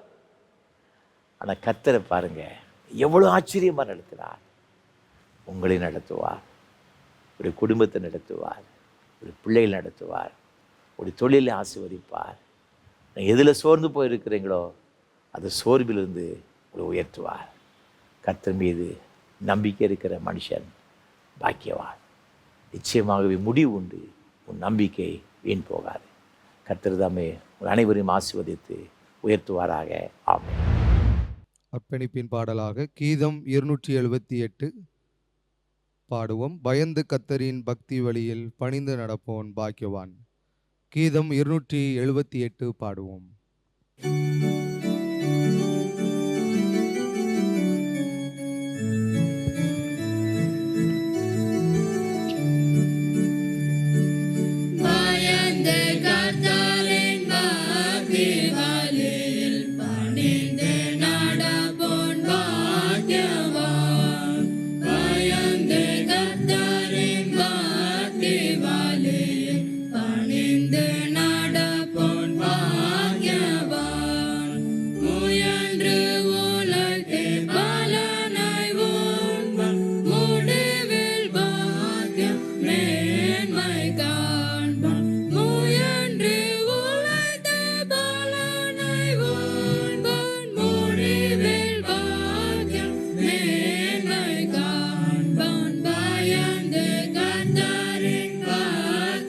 வழியில் பணிந்து நடப்போன் பாக்கியவான். உன்னதர் கிரிய கனிகளை தரும் தன்னிழல் திராட்சை கொடி போல் வளரும். உன்னதர் கிரிய கனிகளை தரும் தன்னிழல் திராட்சை கொடி போல் வளரும். கண்ணிய மனைவி மகிழ்ந்து இருப்பார். என்னாரும் நலங்கள் இல்லத்தில் புரிவார். கண்ணிய மனைவி மகிழ்ந்து இருப்பார். என்னாரும் நலங்கள் இல்லத்தில் புரிவார். பயந்து கர்த்தரின் பக்தி வழியில் பணிந்து நடப்போன் பாக்கியவான். கர்த்தர் உன் வீட்டை கட்டாவிடில்லாது கட்டுவோர் முயற்சி வீணாமறியது. கர்த்தர் உன் வீட்டை கட்டாவிடில்லாது கட்டுவோர் முயற்சி வீணாமறியது. கர்த்தரால் வரும் சுதந்திரம் பிள்ளைகள் கற்பத்தின் கனியும் கர்த்தரின் கிருபை.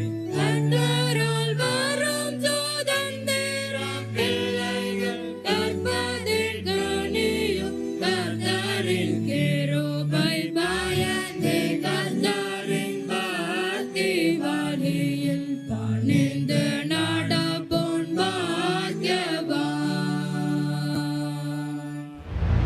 ஜெபம் செய்வோம்.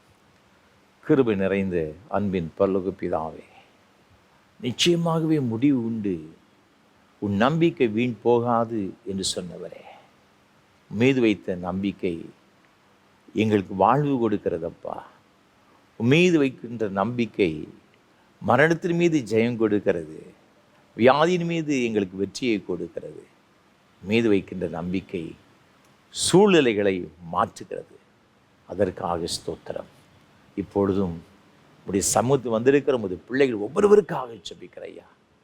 வாழ்வை இழந்து போன ஒரு சூழ்நிலையில் உடைய பிள்ளைகள் இருந்து வேதனைப்பட்டு கொண்டிருக்கிறார்களோ, அல்லது ஆண்டவரே கொடிய வியாதி நிமித்தமாக இந்த வியாதி எனக்கு என்ன செய்யுமோ, என் குடும்பத்துடைய நிலைமை எப்படி ஆகுமோ என்று கலக்கத்தோடு கூட ஒருவேளை இந்த பிள்ளைகள் இருந்து கொண்டிருந்தாலும் கூட, என் சூழ்நிலைகள் எதிர்மாறாக இருக்கிறது, என் குடும்பத்தில் என் நிலைமை வித்தியாசமாக இருக்கிறது, பரிதாபமாக இருக்கிறது, நான் எந்த தொழிலை செய்தாலும் எனக்கு அதில் நஷ்டம், நான் இது நல்லா வரும்னு நினைக்கிறேன், ஆனால் அது எதிர்மறையாய் முடிந்து விடுகிறது.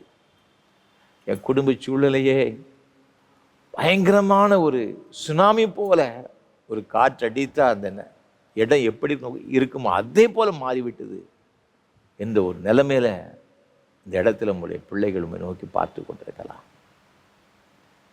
ஆண்டவரே, நம்புகிற பிள்ளைகளை நீங்கள் ஒரு நாள் வெட்கப்படுத்த மாட்டேன்னு சொல்லியிருக்கிறீங்கப்பா. கர்த்தரை நம்பி இருக்கிறவனையோ கிருபை சூழ்ந்து கொள்ளும் என்று நீங்கள் சொன்னீங்களப்பா. சிறுமைப்பட்டவருடைய நம்பிக்கை ஒருபோதும் கெட்டுப்போவதில்லை சொன்னீங்களப்பா.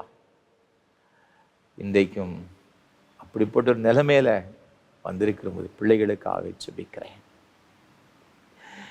வாழ்வை இழந்து தவிக்கின்ற பிள்ளைகளுக்காக ஜெபிக்கிறேன் ஐயா. அநேக குடும்பங்களில் பிளவுகள், வேதனைகள், ரட்சிக்கப்படாத கணவன் மூலம், மனைவி மூலம், பிள்ளைகள் மூலமாக என் குடும்பம் நொறுக்கப்பட்டு கிடக்கிறது. அவமானத்தால் நான் சிக்கி தவித்து கொண்டிருக்கிறேன். யார்கிட்ட போய் நான் சொல்ல முடியும்? அது அவ்வளவு கேவலமாக இருக்கிறது என்று உங்களுடைய பிள்ளைகள் நினைத்து கொண்டிருக்கலாம்ப்பா. யார்ட்டுமே சொல்ல முடியாத சூழ்நிலையில் அந்த பிள்ளைகள் துக்கத்தோடு வாழ்ந்து கொண்டிருக்கலாம். இந்த பிள்ளைகளுக்கு வாழ்வு கொடுக்க நீங்கள் போதுமானவராக இருக்கிறீங்க. ஸ்தோத்திர ஐயா. அந்த சூழ்நிலைகள் எல்லாம் மாற்றுங்கப்பா. பட்டு போன ரூத்துக்கு ஒரு புதிய வாழ்வை கொடுத்து ராஜாக்களுடைய சந்ததி பெற்றெடுக்கின்ற சந்ததிக்கு ஒரு தாயாக ஏற்படுத்தினீங்களப்பா. உலக மீட்பரை கொடுக்கின்ற ஒரு வம்சத்துக்கு தாயாய் நீர் கொண்டு வந்து நிறுத்தின உங்களுடைய அன்பு எத்தனை பெரியதப்பா. நம்புகிற பிள்ளைகளை ஒரு நாளும் கைவிட மாட்டீங்க. இந்த பிள்ளைகளை நீங்க கண்ணோக்கி பார். அவருடைய நம்பிக்கையை அவர் வெட்கப்படுத்தக்கூடாது. தயவாய் இந்த பிள்ளைகளை ரட்சித்து அவள் வெட்கத்திற்கு இரட்டிப்பான சந்தோஷத்தை பெற்றுக்கொள்ள உதவி செய்யும். ரட்சிக்கப்படாத பிள்ளைகள் ரட்சிக்கப்பட அது குடும்பம் சந்தோஷம் அடைய உதவி செய்யும். வியாதியினால் கஷ்டப்படுகிற பிள்ளைகளுக்காக ஜெபிக்கிறேன். இந்த கட்டிகள் ஒருவேளை கேன்சராய் மாறிவிடுமோ, இந்த இருதய பிரச்சனை நிமித்தமாக எனக்கு எதுவும் நேர்ந்து விடுமோ, இது சிறுநீரக பிரச்சனை, நுரையீரல் பிரச்சனை மூலமாக நான் இவ்வளவு பாடுபடுகிறேன்னு சொல்லி ஒருவேளை கலக்கத்தோடு கூட இருக்கலாம்.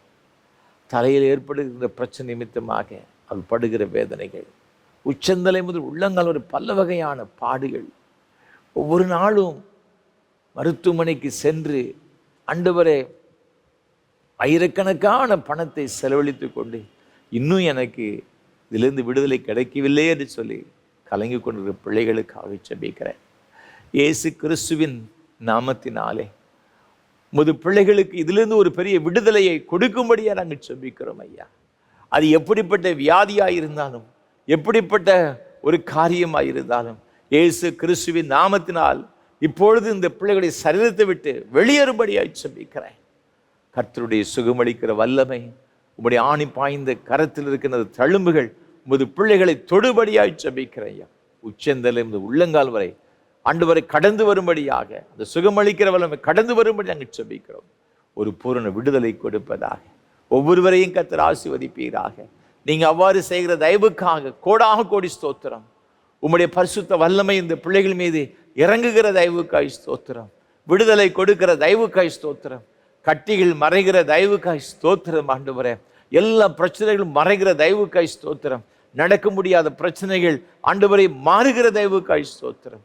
எல்லாவற்றையும் ஆண்டவரை இந்த பிள்ளைகளுடைய வாழ்க்கையில நீர் புதிதாக்குகிற தயவுக்காக ஸ்தோத்திரம். தொடர்ந்து முது பிள்ளைகள் ஆசீர்வதிங்க சுவாமி.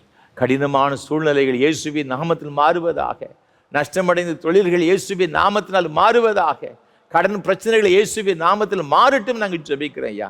உம்முடைய பிள்ளைகளை துன்பப்படுத்துகின்ற வேதனைப்படுத்துகிற காரியங்கள் எதுவாக இருந்தாலும் எல்லாம் இயேசு கிறிஸ்துவின் நாமத்தினால் இப்பொழுது பிள்ளைகளை விட்டு விலகட்டு நாங்கள் ஜெபிக்கின்றோம். உம்முடைய பிள்ளைகளை ஆசீர்வதிங்க சுவாமி. நீங்க அவ்வாறு செய்கிற தயவுக்காக கோடாக கோடி ஸ்தோத்திரம், கோடாக கோடி ஸ்தோத்திரம். உம்முடைய ஜனங்களுக்காக எல்லாவற்றையும் நேர்த்தியாய் செய்து முடிக்கிற கர்த்தர் நீங்க. அவ்வாறு செய்கிற தயவுக்காய் ஸ்தோத்திரம் ஐயா. உம்முடைய பிள்ளைகளை ஆசீர்வதிங்க. நீங்க தந்த கற்பத்தின் கனிகளை ஆசீர்வதிங்கப்பா. என் குழந்தைக்கு ஏற்ற வளர்ச்சி இல்லைன்னு சொல்லி கண்ணீரோடு கூட சமூகத்தில் மன்றாடுகிற பிள்ளைகளுக்கு ஜெபிக்கிறோம். இயேசுவின் நாமத்தினாலே பாதிக்கப்பட்ட பகுதிகள் பலனடையும்படி ஜெபிக்கிறோம். கரங்கள் கால்கள் பலன் அடைவதாக. மூளை வளர்ச்சி இயேசுவின் நாமத்தினால அது எல்லாம் சரியாகும்படியாக கட்டளையிட்டு ஜெபிக்கிறேன் ஐயா. சரீர வளர்ச்சி இயேசுவின் நாமத்தில் உண்டாகட்டு நாங்கள் ஜெபிக்கிறோம் ஐயா. ஆண்டவரே உமக்கு ஸ்தோத்திரம் ஐயா. ஆண்டவரே உமக்கு ஸ்தோத்திரம். உம்முடைய பிள்ளைகளை உம்முடைய கரத்தில் கொடுக்கிறோம். கர்த்தருடைய பிரசன்னம் இந்த பிள்ளைகளை மூடுகிற தயவுக்காக உமக்கு நன்றி செலுத்துகிறோம் ஐயா. படிக்கிற பிள்ளைகளுக்கு நல்ல ஞானத்தையும் கிருபையும் கொடுங்கப்பா. வேலைக்கு காத்திருக்கிற பிள்ளைகளுக்கு நல்ல வேலை வாய்ப்பு கொடுங்க. அயல் நாடுகளில் சென்று வேலை செய்ய முடிய பிரயாசப்படுகிற பிள்ளைகளுக்கு நல்ல வேலை வாய்ப்பு கொடுங்க. தடைகள் இயேசுவின் நாமத்தில் மாறட்டாங்க ஜெபிக்கிறோம். சில பிள்ளைகள் ஆண்டவரே அப்பா தெரியாத இடங்களில் பணம் கொடுத்து ஏமாற்றப்பட்ட சூழ்நிலைகளப்பா, இந்த பிள்ளைகளுக்கு ஒரு அற்புதம் செய்யும்படியை ஜெபிக்கிறோம் ஐயா. அந்த சூழ்நிலைகள் இயேசுவின் நாமத்தில் மாறட்டாங்க ஜெபிக்கிறோம் ஐயா. தகப்பனே உமக்கு ஸ்தோத்திரம். அயல் நாடுகளில் பணி செய்கிற பிள்ளைகளுக்காக ஜெபிக்கிறோம் ஐயா. கர்த்தருடைய கரம் இது பிள்ளைகளோடு கூட இருப்பதாக. நன்மைகளை செய்கிற கரம், தம்மை தேடுகிற பிள்ளைகள் மீது உடைய கரம் நன்மைகளை செய்யும்படி இருக்குன்னு சொல்லப்பட்டிருக்கு. அதே அந்த வார்த்தையின்படி இந்த பிள்ளைகள் மீது உடைய கரம் அமருவதாக. அவருடைய சூழ்நிலைகளிலே கர்த்தர் இந்த பிள்ளைகளோடு கூட இருந்து அந்த சூழ்நிலைகளை ஆசீர்வாதமாக்கி கொடுக்கும்படியா நாங்கள் ஜெபிக்கிறோம் ஐயா. நீங்கள் அவ்வாறு செய்கிற தயவுக்காக ஸ்தோத்திரம் செலுத்துகிறோம். பல இடங்களில் பல தேசங்களில் ஆராதனை பங்கு பெறுகிற ஒவ்வொருவருக்காக ஜெபிக்கிறோம். இந்த ஆராதனை வேளையிலே பங்கு பெற்ற அனைவரையும் கர்த்தர் நிறைவான ஒரு ஆசீர்வாதங்களினாலே நிரப்பும்படியா நாங்கள் ஜெபிக்கிறோம். அவ்வாறு செய்கிற தயவுக்காக உமக்கு ஸ்தோத்திரம் ஐயா. வயோதிப நிலைமைக்கு அருமையான பெற்றோர்களுக்காக ஜெபிக்கிற ஐயா. அவருடைய எல்லாம் பலவீனங்களையும் சோர்வுகளையும் போராட்டங்களையும் கர்த்தர் மாற்றுவீராக.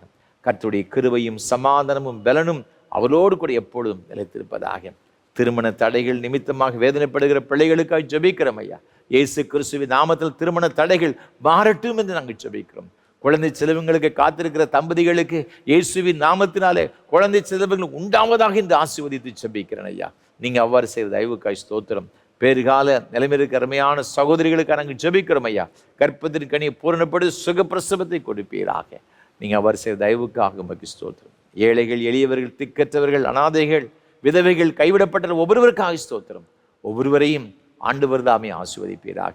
இந்த ஊழியங்களுக்கு பல வகையில் உதவி செய்கிற என் அன்பு பிள்ளைகள் ஒவ்வொருவருக்காக நாங்கள் ஜெபிக்கிறோம் ஐயா. ஒவ்வொருவரையும் ஆசீர்வதிங்கப்பா, ஒவ்வொருவரையும் ஆசீர்வதிங்க சுவாமி. ஆண்டவர் விசேஷமாக இந்த ஆராதனை வேளை தாங்க முன் வந்திருக்கின்ற சென்னை சார்ந்த அருமையான சகோதரர் எட்வின் ஐயா அவர்களுக்காக, அவருடைய அன்புக்குரிய துணைவியார் திருமதி கீதா டைமண்ட் அம்மா அவர்களுக்காக ஸ்தோத்திரம் செலுத்துகிறோம் ஐயா. குடும்பமாக இணைத்து இம்மட்டும் நீங்கள் ஆசீர்வதிக்கும் தயவுக்காக கோடி ஸ்தோத்திரம் ஐயா. கர்த்தருடைய கரங்களோடு கூட இருந்து அவருடைய ஆண்டு வழிநடத்தும்படியாக நாங்கள் ஜெபிக்கிறோம் ஐயா. கொடுத்த 2 பிள்ளைகளுக்காக, மருமக்கமார்களுக்காக, அருமையான ஆண்டவரே 4 பேர பிள்ளைகளுக்காக ஸ்தோத்திரம் செலுத்துகிறோம் சுவாமி. ஒவ்வொருவரையும் ஆசீர்வதிங்க சுவாமி. உன் பிள்ளைகளின் பந்தி சுற்றிலும் ஒலிவு மர கன்றுகளைப் போல் இருப்பார்கள் என்று சொன்னீரே, அந்த வார்த்தையின்படி இந்த பிள்ளைகளை அவ்வாறு ஆசீர்வதித்து நீ உன் பிள்ளைகளின் இஸ்ரவேலுக்கு உண்டாங்க சமாதானத்தை காண்பா இந்த வார்த்தையின்படியே ஒவ்வொருவரையும் ஆசீர்வதிங்கப்பா. விசேஷமாக அருமையான ஆண்டவர் அம்மாவுக்கு நாங்கள் ஜெபிக்கிறோம் சுவாமி. அன்பு சகோதரி கீதா டைமண்ட் அம்மாவாய் உங்களுடைய கரத்தில் ஒப்பு கொடுத்து நாங்கள் ஜெபிக்கிறோம் ஐயா. ஆண்டவரே, கொடிய ஒரு விபத்திலிருந்து உங்களுடைய மகளை ஆச்சரியமாக நீங்கள் பாதுகாத்தீங்கப்பா. ஆண்டவரே, உமக்கு ஸ்தோத்திரம். நடக்க செய்தீங்க, அதற்காக ஸ்தோத்திரம் ஐயா. தொடர்ந்து உங்களுடைய கிருபை உங்களுடைய மகளை தாங்கட்டும் ஐயா. பலப்படுத்தும்படி ஜெபிக்கிறோம். உன் பலவீனத்தில் என் பலன் பூர்ணமாய் விளங்கும் என்று சொன்ன ஆண்டவர் ஐயா. தொடர்ந்து உடைய பலத்தினால் உங்கள் மகளை எடை கட்டி கொள்ளும்படி நாங்கள் ஜெபிக்கிறோம் ஐயா. அருமையான உடைய பிள்ளைகளுக்கு நல்ல சுகத்தையும் பலத்தையும் நீடித்த சுகவாழ்வையும் கொடுத்து கர்த்தர் நடத்தும்படியாக நாங்கள் ஜெபிக்கிறோம். நீங்கள் அவர் செய்த தயவுக்காய் ஸ்தோத்திரம். தொடர்ந்து உடைய கிருபை இந்த பிள்ளைகளோடு கூட இருக்கட்டும். ஆசீர்வதியும். ஆண்டவர் இயேசு கிறிஸ்துவின் மூலம் ஜெபிக்கிறோம் பரிசுத்த பிதாவே.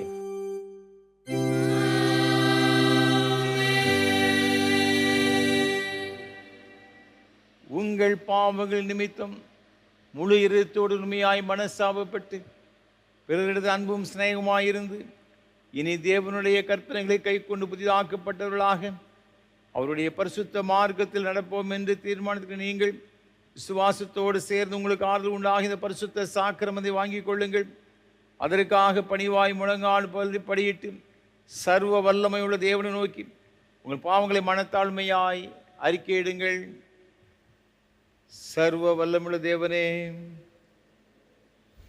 எங்கள் கர்த்தராகிய இயேசு கிறிஸ்து பிதாவே, சகலத்தையும் சிருஷ்டித்தவரே, சகல மனிதருக்கு நியாயாதிபதியே, தேவ நீதி உள்ள குரகோபாக்கியங்கள் வரத்தக்கதாக நாங்கள் அடிக்க நினைவினாலும் வார்த்தையினாலும் கிரியினாலும் திவ்யத்துக்கு விரோதமாக நாங்கள் செய்த பலவிதமான பாவங்களையும் அக்கிரமங்களையும் அறிக்கையிட்டு புலம்புகிறோம். இந்த குற்றங்களை குறித்து முழு மனதோடு துக்கப்படுகிறோம். நினைத்து வேதனைப்படுகிறோம். அவைகளால் சுமக்கப்படாத பாரம் எங்களுக்கு மிகுந்த இறக்கும் பிதாவே, எங்களுக்கு இறங்கும். நாங்கள் செய்த யாவையும் குமாரனும் எங்களுக்கு கர்த்தருமாகிய இயேசு கிறிஸ்து நிமித்தம் எங்களுக்கு மன்னியும். நாமத்திற்கு கனமும் மகிமையும் உண்டாக நாங்கள் புதிதாக்கப்பட்டவர்களாய் இனி எப்பொழுதும் ஊழியம் செய்து பிரியமாய் நடந்து வரும்படி எங்களுக்கு கர்த்தராகிய இயேசு கிறிஸ்து மூலமாய் கட்டளையிட்டருளும். ஆமென். உத்தம மனசாபத்தோடும் உண்மையான விசுவாசத்தோடும் தமிழுக்கு மனம் திரும்புகிற யாவருக்கும் பாவம் மன்னிப்பு அருளி செய்வோம் என்று மிகுந்த இரக்கமாக வாக்குத்தத்தம் செய்திருக்கிற நம்முடைய பரம பிதாவாகிய சர்வ வல்லமுள்ள தேவன் நம்முடைய கர்த்தராய் இருக்கிற இயேசு கிறிஸ்து நிமித்தம் உங்களுக்கு இறங்கி உங்கள் பாவங்கள் எல்லாவற்றையும் மன்னித்து அவர்கள் விடுதலையாக்கி சகல நன்மைகளை உறுதிப்படுத்தி நிறுத்தி ஒளித்தி ஜீவகரையில் சேர்ப்பாராக.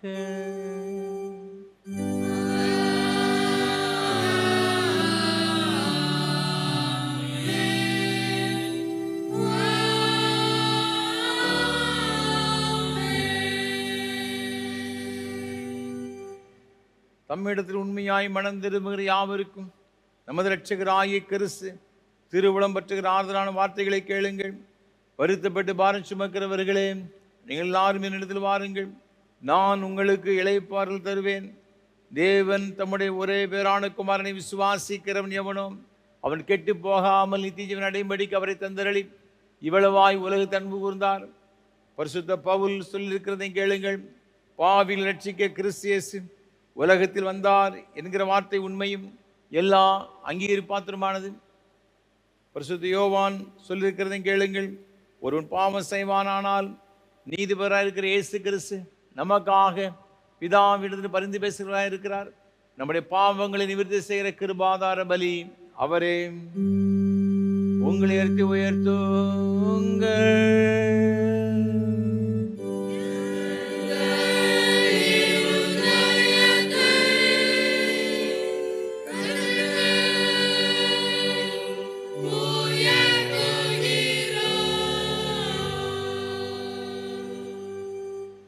நம்முடைய கர்த்தராய் தேவன் ஸ்தோத்திரம் செலுத்த கடவோம்.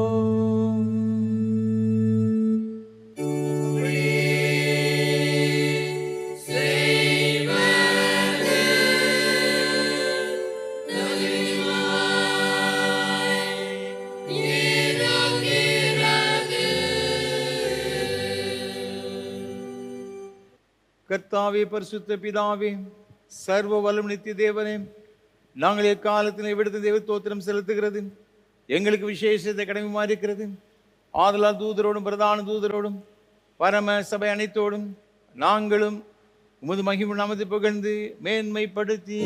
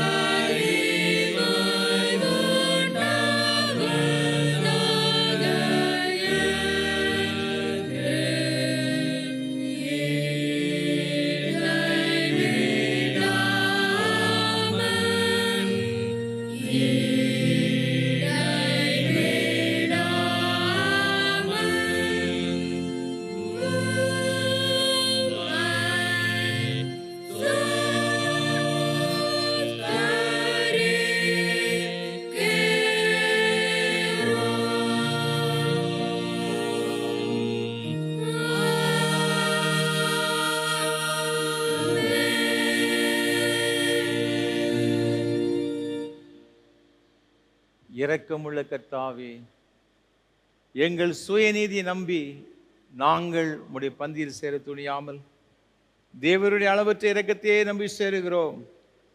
உம்முடைய மேசையின் கீழ் விழும் துணிக்கைகளும் பொறுக்கிக் கொள்ள நாங்கள் பாத்திரம் அல்ல. ஆனாலும் தேவரீர் எப்பொழுதும் இரக்கம் செய்கிற லட்சியமுடைய மாறாத ஆண்டவராக இருக்கிறீர்.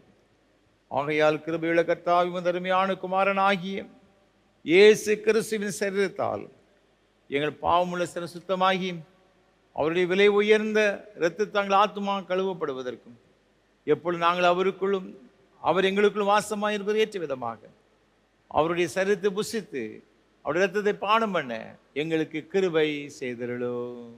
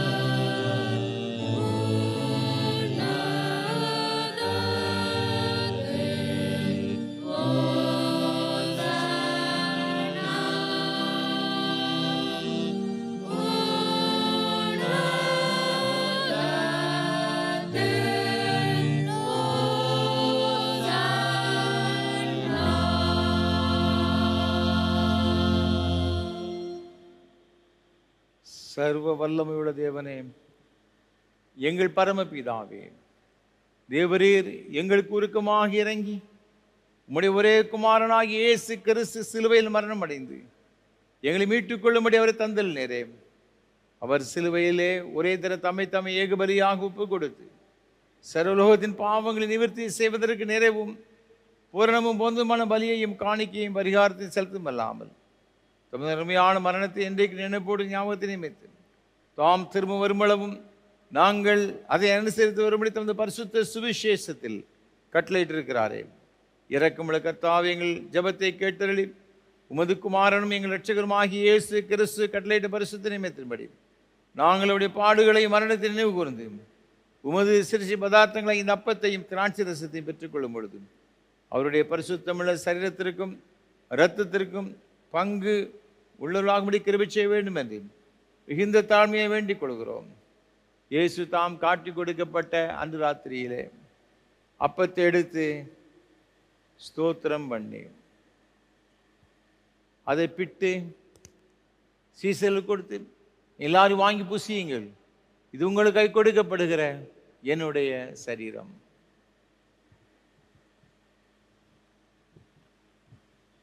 என்னை நினைவு கூறும்படி இதை செய்யுங்கள் என்றார். அப்படி ராபோஜன பண்ணின பின் பாத்திரத்தை எடுத்து ஸ்தோத்திரம் பண்ணி அவர்களுக்கு கொடுத்து, நீங்கள் எல்லாரும் இதில் பானம் பண்ணுங்கள், இது பாவமன்னிப்புக்கு உங்களுக்காக அநேகருக்கு சிந்தப்படுகிற புது உடன்படிக்கைக்குரிய என்னுடைய இரத்தம். இதை பானம் பண்ணும் பொழுதெல்லாம் என்னை நினைவு கூறும்படி இதை செய்யுங்கள் என்று திருவுளம் பற்றினார்.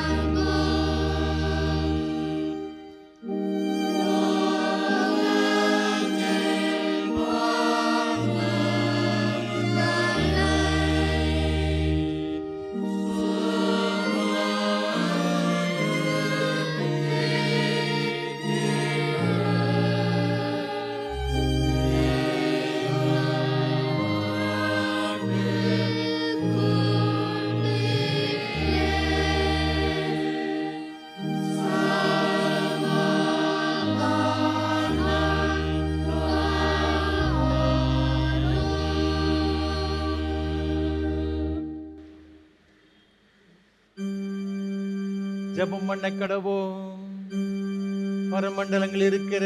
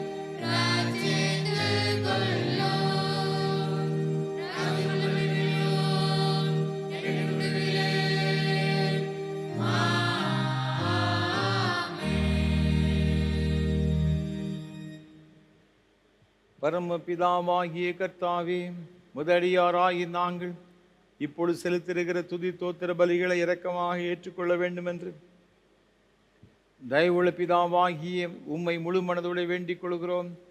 உம்முடைய குமாரனாகிய இயேசு கிறிஸ்துவின் புண்ணியத்தினாலும் மரணத்தினாலும் அவர் திரு ரத்தத்தை பற்றி விசுவாசத்தின் மூலமாக நாங்களும் மற்றுமுள்ள உம்முடைய சபை அனைத்தும் பாவ மன்னிப்பையும் அவர் பாடுகளினால் உண்டான மற்ற எல்லா நன்மைகளையும் பெற்றுக்கொள்ளும்படி தேவருக்கு கிருபை செய்ய வேண்டும் என்று தாழ்மையை பிரார்த்திக்கிறோம். கர்த்தாவே, சரீரமும் ஆத்மமாய் எங்களை முழுவதும் தேவருக்கு புத்தியும் பரிசுத்தமும் ஜீவன பலியாக ஒப்புக் கொடுக்கிறோம். இப்பொழுது பரிசுத்த நற்கரையில் பங்கு பெற்றிருக்கிற எங்கள் எல்லாரையும் தேவரீர் உம்முடைய கிருபையினாலும் பரம ஆசீர்வாதம் நிரப்பிட வேண்டும் என்று பணிவாய் வேண்டிக் கொள்கிறோம். அநேக விதமாய் இருக்கிற எங்கள் பாவங்களினாலே தேவருக்கு எந்த பலியும் செலுத்துவதற்கு நாங்கள் அபாத்திர இருந்த பொழுதிலும் எங்கள் பாத்திர அபாத்திர தேவரை கவனியாமல் எங்கள் கர்த்தராகிய இயேசு கிறிஸ்து நிமித்தம் எங்கள் குற்றங்களை மன்னித்து எங்கள் கடமையின்படி நாங்கள் செலுத்திருக்கிற பணிகளை ஏற்றுக்கொள்ள வேண்டும் பிரார்த்திக்கிறோம். அவரோடும் பரிசுத்த ஆவியோடு ஐக்கியமாயிருக்கிற தேவருக்கு அவர் மூலமாய் சகல கனமகிமையும் என்றென்றைக்கு உண்டாவதாக.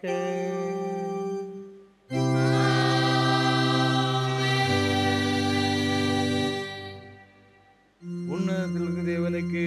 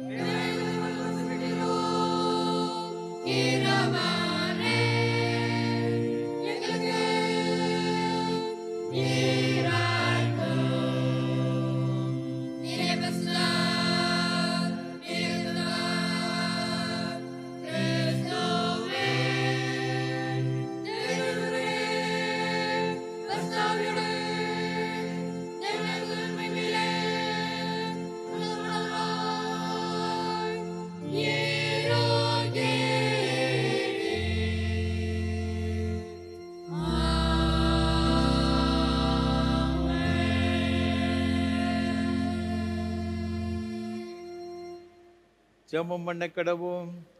சர்வ வல்லமையுள்ள தேவனே, இன்று நாங்கள் காதால கேட்ட வாக்கில் வளர்த்ததாய் போகாமல் உடைய நாமத்திற்கு கனவும் புகழும் உண்டாவதற்கு ஏதுவாகிய நன்னடக்கை ஆகிய கனிகளை கொடுக்கும்படி உடைய கிருபையினால் அந்த வாக்கியங்களை எங்கள் இறுதி பயத்திட வேண்டும் என்று ஆண்டவர் இயேசு கிறிஸ்து மூலமாய் வேண்டிக் கொள்கிறோம்.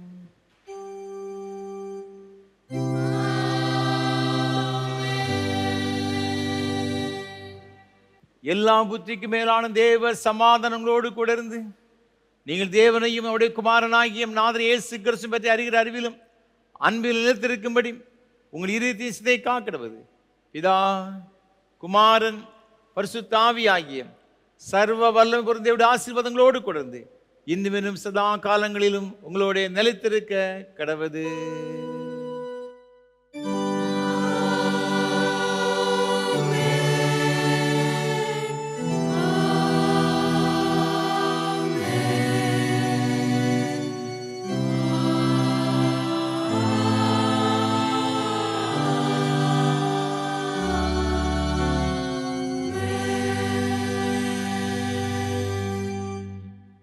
நிறைவு கீதமாக கீதம் 37 பாமாலை 26 பாடுவோம். நல் மீட்பரே இந்நேரத்தில் வந்தாசீர்வாதம் கூறுமேன். கீதம் 37 பாமாலை 26 பாடுவோம்.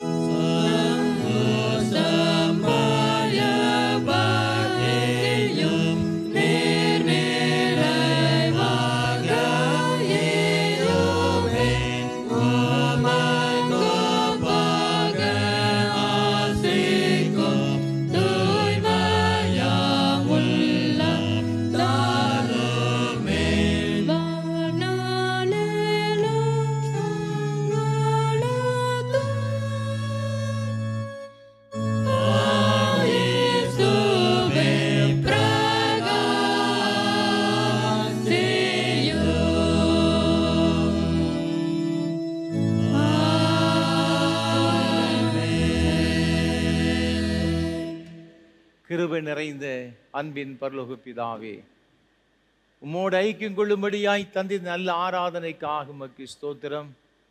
உண்மையில் ஐக்கியம் கொண்ட நாங்கள் எங்கள் ஜீவகாலமெல்லாம் உண்மையில் நிலைத்திருக்கவும் உம்முடைய மேன்மையான ஆசீர்வாதங்களை பெற்று அனுபவிக்க கிருபை செய்ய வேண்டும் என்று ஆண்டவர் இயேசு கிறிஸ்துவின் மூலமாக மிகுந்த தாழ்மையோடு ஜெபிக்கிறோம் பரிசுத்த பிதாவே.